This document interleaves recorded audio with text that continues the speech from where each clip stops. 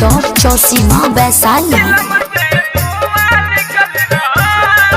देखो आ गइले पावन महीना हो, आई भोला के चरण में जीना हो। आई देखो आ गइले पावन महीना हो, आई भोला के चरण में जीना हो। सब बोल बम बोले खूबे हाथ गाजा मले, सब बोल बम बोले खूबे हाथ गाजा मले। सब बम खूब हिट चल रहा है। अरे चलेगा काहे नहीं, महाकाल का भक्त जो है। अच्छा ए भाई और काका चल रहा है। सावन भर डीजे बज रहा है, किलम से धुआं निकल रहा है। कि खूबे गाजा पी रहा है, किलम से धुआं निकल रहा है।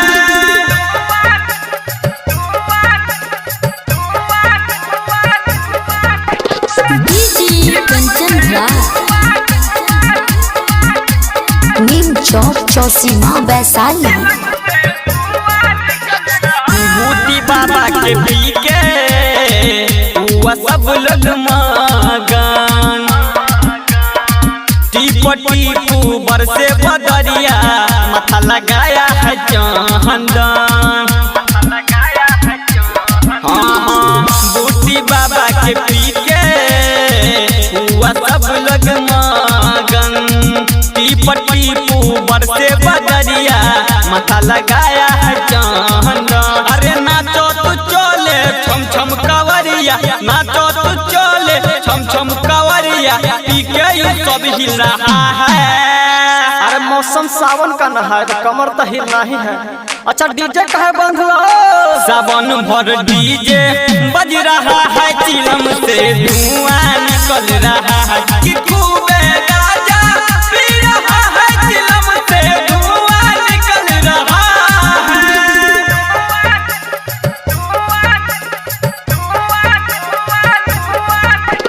डीजे कंचन राज, नीम चौक चौसीमा वैशाली। राइटर शशि भूषण जा रहा धीरे धीरे। कृष्णा कौन भैया के काबर से जल गिरे। राइटर शशि भूषण जा रहा धीरे धीरे। डीजे कंचन के काबर से बहुत जल गिरे। देवघर नगरिया बंद के पगरिया, देवघर नगरिया बंद के पगरिया। टाइगर मन चल रहा है। आई बम जा संभर के चलो। आई का है ना कि कहीं पैर फिसल जाता। अच्छा और काका चल रहा है। सावन भर डीजे बज रहा है, चिलम से धुआं निकल रहा है। कि